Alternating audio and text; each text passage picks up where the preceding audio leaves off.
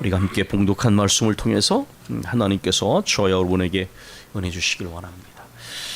제가 이런 얘기를 여러분에게 드린 적이 있습니다. 만약에 한 대학에서 학생들을 가르칠 때에 중간고사나 기말고사가 되면 여러분의 생애에 가장 긍정적인 또는 부정적인 영향을 미친 인간관계 3가지를 적어봐라. 그렇게 시험 문제에 냈는데 그 결과가 놀랍게도 3분의 2 정도가 양쪽에 다 속한 예를 들었다는 것입니다. 그것은 바로 부모와 친구와 선생님이었습니다. 부모는 태어날 때부터 우리가 최초로 만나서 관계를 형성하는 그런 만남이지요. 또 친구와 선생님은 이제 학교에 들어가게 되면 상당한 시간을 함께 보내면서 이 관계에 영향을 받게 되는 것입니다.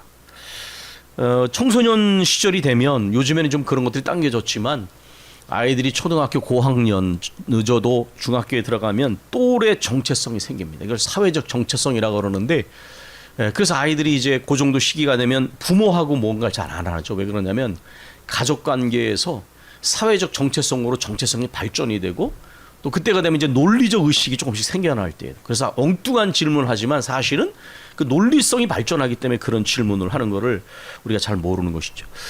선생님은 인성도 가르치지만 특별히 우리나라에서는 그런 부분이 강한데 성적을 평가합니다.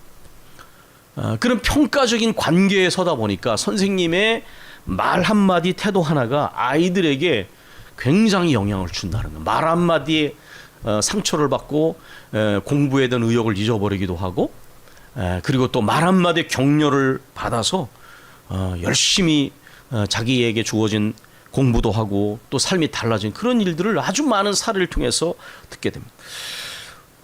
독일에서는 유치원에서 글을 가르칠 수 없습니다. 그러나 우리 사회에서는 초등학교 들어가기 전에 글을 가르쳐서 들어오기 때문에 이것은 아이들이 벌써 유치원 때부터 마음껏 놀고 아이들과 어울리는 법을 배우보다 공부에 벌써부터 공포를 갖게 되는 이것은 절대로 사실은 일어나서는 안 되는 일입니다.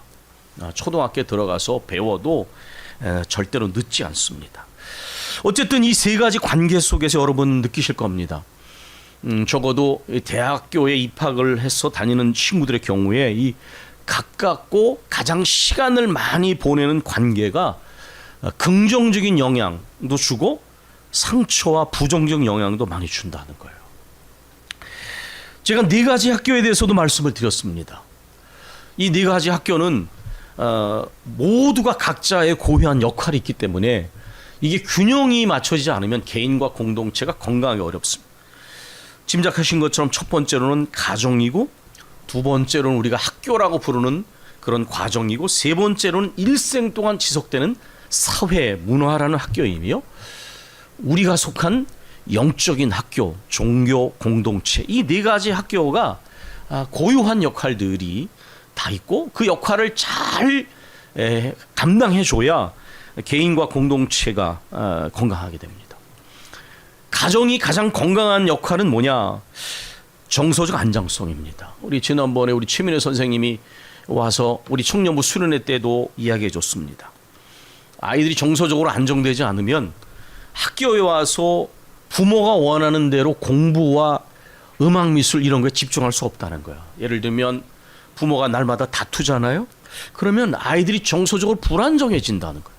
그 학교에 와서도 애들이 어둡고 그리고 그 부모가 그렇게 다투는 이유가 자기가 잘못해서 그렇게 생각하는 죄의식을 갖는 게 굉장히 많다는 겁니다. 저 어떤 영상을 보니까 아이들에게 질문을 했습니다. 부모에게 무엇을 원하느냐? 그럼 여러분 어떻게 생각할 것 같으세요? 많이 놀아주세요. 뭐 이런 것들을 생각하잖아요. 그런데 놀랍게도 가장 많은 아이들이 대답한 거 이런 거예요. 엄마 아빠가 사랑하며 행복하게 사는 모습을 보고 싶어요. 그러니까 엄마 아빠가 사랑하며 살지 않으면 애들이 자체가 불안한 거예요. 이게 정서적 안정성이 바로 그런 거죠. 정서적으로 안정되지 않으면 부모는 공부를 잘하길 원하지만 실제로 애들이 학교에 와서 공부를 한다든지 또 대인관계 아이들과 놀지를 못하고 이런 어려움이 생긴다는 겁니다. 정말 공부를 잘하길 원하거든, 아이들과 잘 어울리길 원하거든, 엄마 아빠가 서로 사랑하고 행복하게 사는 모습을 보여줘야 아이들이 정서적 안정성 속에서 공부와 다른 활동에 인간관계를 비롯한 이런 관계에 잘 감당할 수 있다는 것입니다. 사실 우리 이런 부분들은 부모가 된 사람들은 알지만 다 부족함과 서투름이 후회가 있습니다. 학교입니다. 여기서는 이제 사회적 정체성을 형성하면서 대인관계를 배웁니다. 공교육의 목적은 공부만이 전부가 아닙니다. 또 공부를 하는 목적은 뭐니 해도 뭐니가 최고가 아닙니다. 인성과 바른 가치관, 바른 관계를 형성하는 법을 가르쳐야 하는데 오늘날 공교육은 학원처럼 돼버리고, 아니 학원보다 못하게 흘러가고 있는 것은 대단히 유감스럽습니다. 교사라는 직책이 얼마나 중요한데 직업적 안정성은 최고이지만 우리 서여아 집사님도 그렇고 제 제자인 최민혜 집사님도 그렇고 저도 이제 대학의 학기가 시작되는데 마음에 찾아오는 일찍 어떤 불안감이나 부담을 지울 수가 없어요. 저도 평생을 가르친 사람인데, 왜냐하면 교육 현실이 보편적으로 무너져 있는 현장도 너무 많기 때문에 참 어려운 일입니다. 제가 어느 책을 보니까 기독교의 성경 구조를 인용해서 등장한 표현이 있었습니다. 이런 행태를. 데레스칸전서 5장 16, 18절은 항상 기뻐하라, 쉬지 말고 기도하라, 범사에 감사하라. 이것이 그리스도 예수 안에 너희를 향하신 하나님 뜻이니라. 오늘날 부모들이 원하는 것은, 또 크리스찬 부모들이 내면 생각하는 것은 항상 공부하라, 쉬지 말고 공부하라, 범사에 공부하라. 믿는 부모들이 자녀들에게 하는 말 중에 하나님의 영광을 위하여 열심히 공부해. 그러나 내면적으로는 엄마 아빠의 체면과 영광을 위해 열심히 공부해. 우리가 솔직한 내면적 생각을 숨길 때가 참 많습니다. 오늘날 중간고사나 기말고사를 보면 교회에서 공과 공부가 이루어지지 못한답니다. 중지 자늘차 학원에 사는 특강을 가야 하기 때문에 신앙생활도 대학에 입학한부터 해. 그러니까 전성수 교수가 말한 것처럼 보복당하는 부모, 이게 무슨 뜻입니까? 공부만 잘하면 돼. 뭐니 해도 뭐니가 최고야. 그러니까 나중에는 형제도 모르고 부모도 모르고 은혜도 모르고 자기만을 위한 인생을 사니까 보복당한다, 그런 말입니다. 바른 가치관과 세계관을 가르쳐야 하는데 이런 거 포기하고 가르치니까 정말 보복당한다는 말이 틀린 말이 아니다라는 거예요. 바른 도리와 관계를 가르치고 은혜를 알도록 가르쳐야죠. 세 번째로는 사회라는 학교입니다.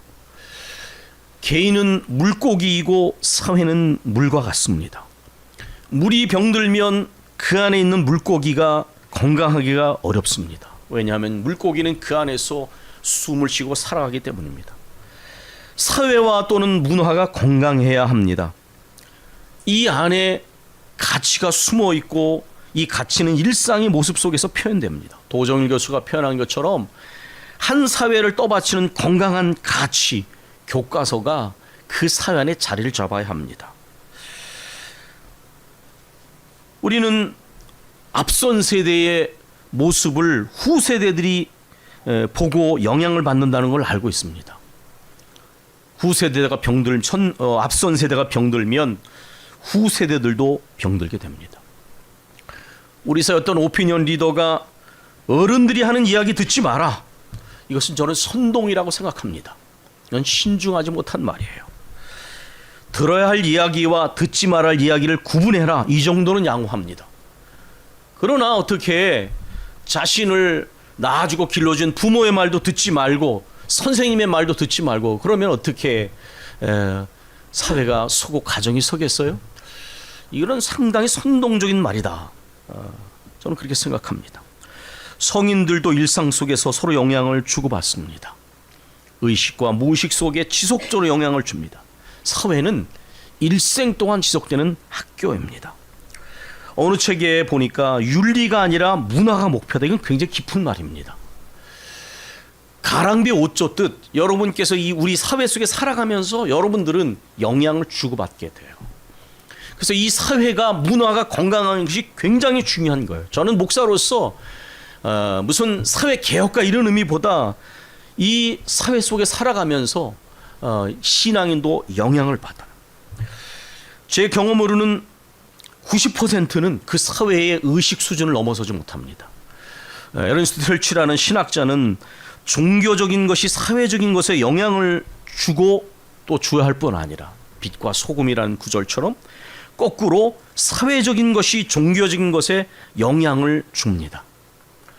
그 사회가 정직하고 질서정연하고 서로를 존중하고 배려하면요, 그 안에 있는 신앙인들도 그렇게 가요. 그런데 사회가 무질서하고 정직하지 못하니까 종교도 병들어. 왜 그래요? 더 큰 물 속에서 병들어 가는 거예요. 그러니까 저는 사회를 개혁한다는 이런 의미보다 그 사회가 건강하지 않으면 종교가 부패하고 타락을 합니다. 오늘 우리 사회에 이단과 사이비가 많은 이유가 뭡니까? 그럼 병든 사회와 병든 종교의 학작품이다라는 말이 틀린 말이 아니에요. 사람들의 의식이 건강하면 그런 이단 사이비나 선동에 쉽게 휘둘지 않는 것입니다. 여러분께서 이 사회 또는 문화의 중요성을 어떻게 생각하면 이해하실 수 있냐면, 여러분 해외여행을 가셨을 때 느낌 있으시죠? 야, 이 사회 사람들은 참 자연을 사랑하고 사람을 향한 친절과 배려가 정직함이 있구나. 그거 금방 느껴져요. 똑같지 않습니다. 그 속에 살아가는 사람들은 그런데 그걸 잘 못 느껴요. 그런데 우리가 다른 사회, 세계, 문화 속에 들어가면 그 사람들의 의식 수준의 모습이 아주 적나라하게 생생하게 느껴지지요. 이것이 바로 사회라는 학교의 중요성입니다. 유감스러운 것은 오늘 우리 사회에서 이 세 가지 학교가 위기를 겪고 있습니다. 가정이 해체되는 일이 끊임없이 일어나며 학교가 학원처럼 되어가고 있습니다. 사회가 계속해서 혼란과 불안정함을 경험하고 있습니다. 후세대들에게 희망을 주지 못하고 있습니다. 저는 그러기에 이러한 혼란 속에서 네 번째 학교인 종교의 역할, 우리에게 있어서 이 교회 역할이 매우 중요하다고 생각합니다. 왜냐하면 종교는 거룩함이 본질이며 제대로 된 종교는 초월성을 반드시 가지고 있습니다. 세속적인 것과 구별되면서도 영향을 주는 것이 건강한 종교 역할입니다. 현재의 이 땅에 두 발을 딛고 살지만 영원한 세계를 지향하는 것이 바로 신앙의 특징입니다. 물론 오늘날의 종교는 우리 기독교도 깊은 세속성에 사로잡혀 있는 모습을 보입니다. 너희는 세상의 빛과 소금이라 하셨는데 우리 모습은 세속화되어 있거나 이건 깊은 세속성을 포함하는 것입니다. 판단하고 결정하고 살아가는 방식에 계속해서 표현되는 깊은 세속성, 그리고 계토화되어 있습니다. 교회 안에만 갇혀 있고 그러다가 교회 관련된 일에만 목을 내대지만 세상의 불의와 가난함과 고통에 대해서는 관심이 부족합니다. 또 이중 도덕적으로 삶을 살아갑니다. 그러나 오히려 생각해보면 이 반대에 우리가 나갈 길이 있습니다. 이 반대에 우리가 나아갈, 이 현상과 병든 현상과 반대에 바로 우리가 나갈 길이 있다는 거예요. 왜냐하면 우리 기독교는 하나님께서 거룩하고 선하신 분이시며 그 거룩함과 선하신 섭리로 모든 것을 주관하신 분이시라는 것을 믿는 종교이기 때문에 그렇습니다. 그리고 그 하나님께서 그 주권적인 섭리로 인간과 역사를 새롭게 하시는 분이시라는 것을 믿는 종교이기 때문입니다. 그렇기 때문에 우리는 절대로 현실에 타협하거나 수능에서도 압도돼서는 안 됩니다. 영원한 생명과 영원한 진리를 소유하고 또 사모하는 우리들은 선한 영향을 끼치는 자리로 나아갈 수밖에 없는 것이 우리들의 정체성입니다. 제가 대학 1학년을 주로 가르친다는 것을 말씀드렸습니다. 이 대학 1학년은 아주 중요한 의미입니다. 여러분께서 만약에 자녀들과 후손들을 가르치실 때 이 말의 의미를 잘 기억하셨으면 좋겠어요. 그렇게 뭐니 해도 모닝가 전부인 것처럼 공부만이 전부처럼 했을 때 그 아이들이 유치원 때부터 한글을 배우고 대학에 들어와서 어떻게 지낼까요? 우리 여기 김태호 집사님도 계시지만 제가 대학 1학년을 가르칠 때 중간 결선이 됩니다. 얘네들이 그렇게 사적인 비용을 들어서 학원을 다니고 신앙을 뒤놓고 공부한 아이들이 어떠는가? 대학에 들어오면 진짜 공부를 해야 될 때입니다. 평생을 살아갈 준비를 하고 스스로 공부하고 문제 해결 능력을 위해서 열심히 책을 읽고 또 여러 부분에 준비를 해야 되는데, 아이들은 대학에 들어오면 그때부터 공부하기를 싫어합니다.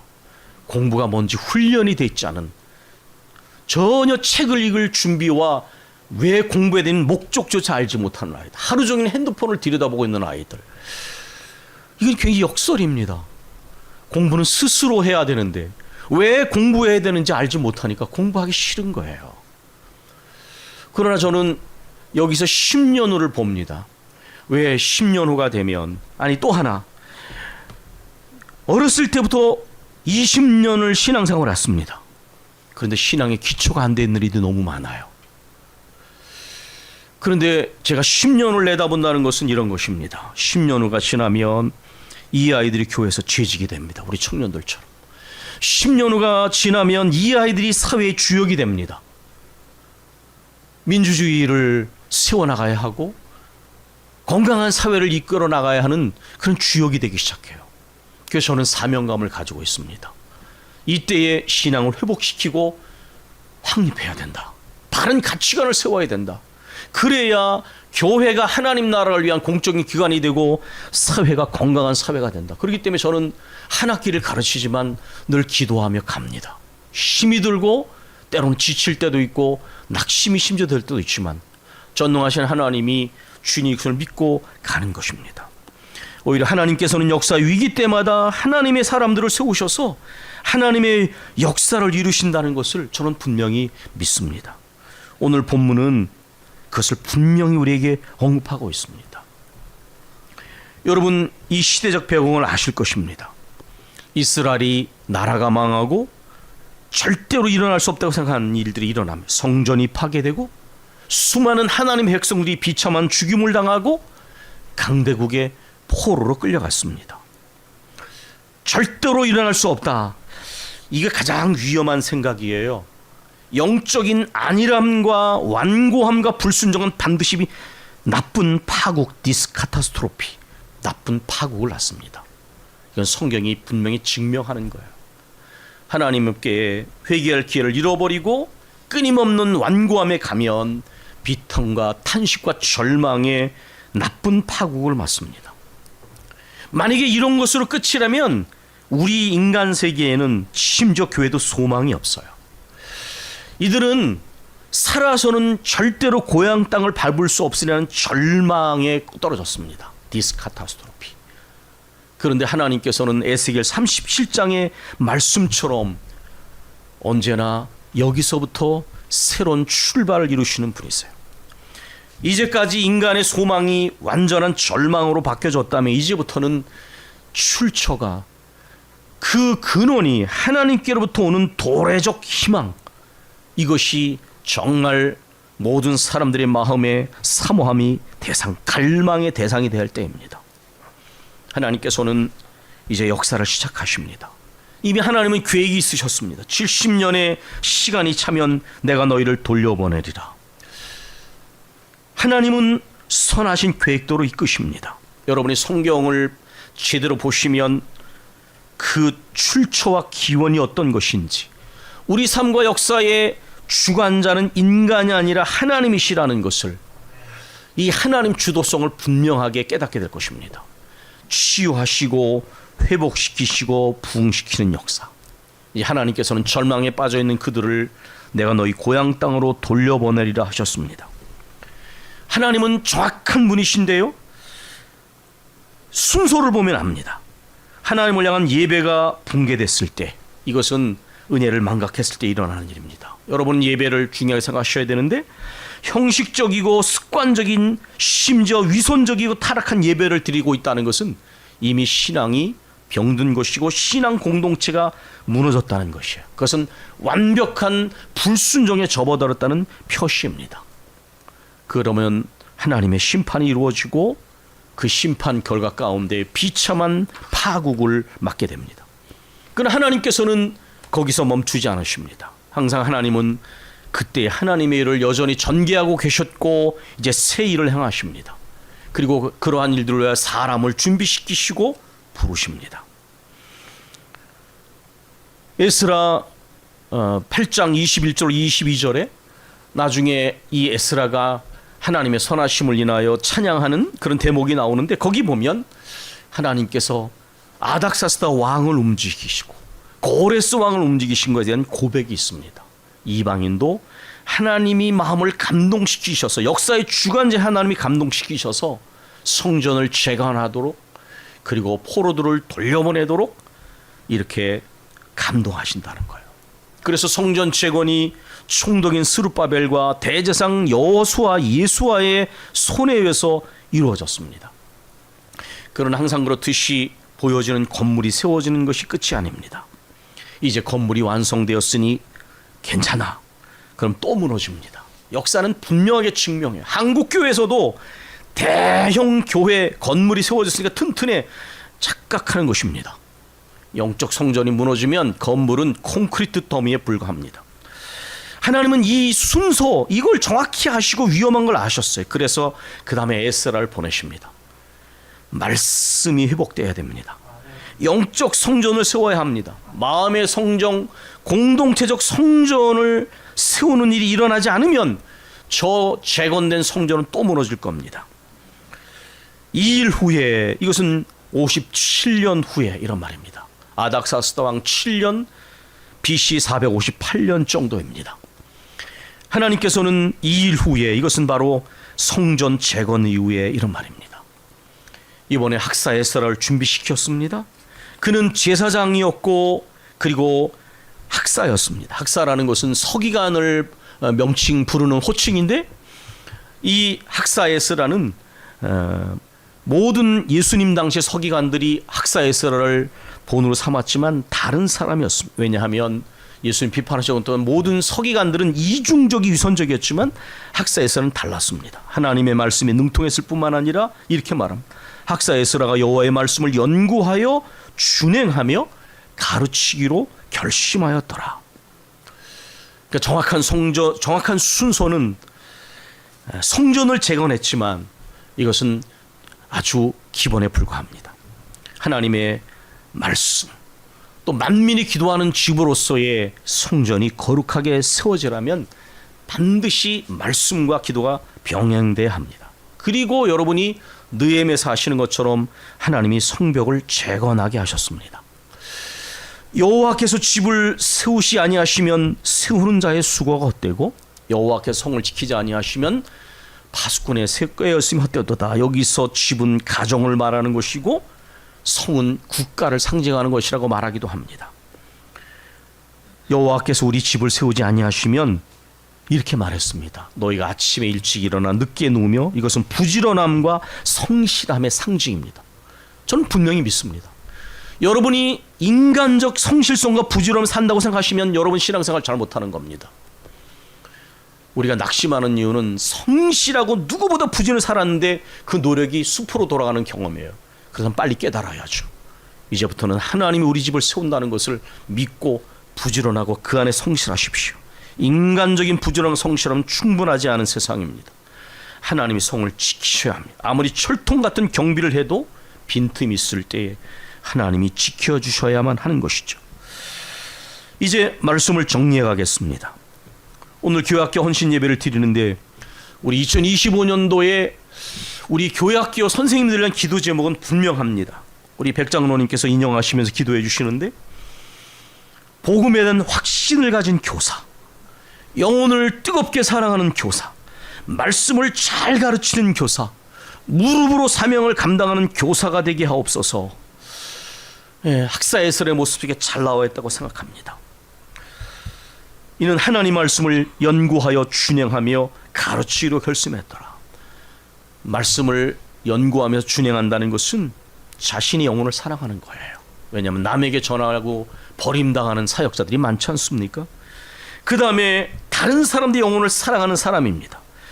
에스라는 하나님의 말씀이 개인과 공동체의 질서를 만들어내고 모든 판결과 판단의 근거인 걸 알았습니다. 그래서 이 하나님의 말씀이 하나님의 백성들 가운데 다시 힘있게 효력을 발휘하기를 원했기 때문에 이 하나님의 말씀을 끊임없이 연구 행하며 준행하려고 결심했습니다.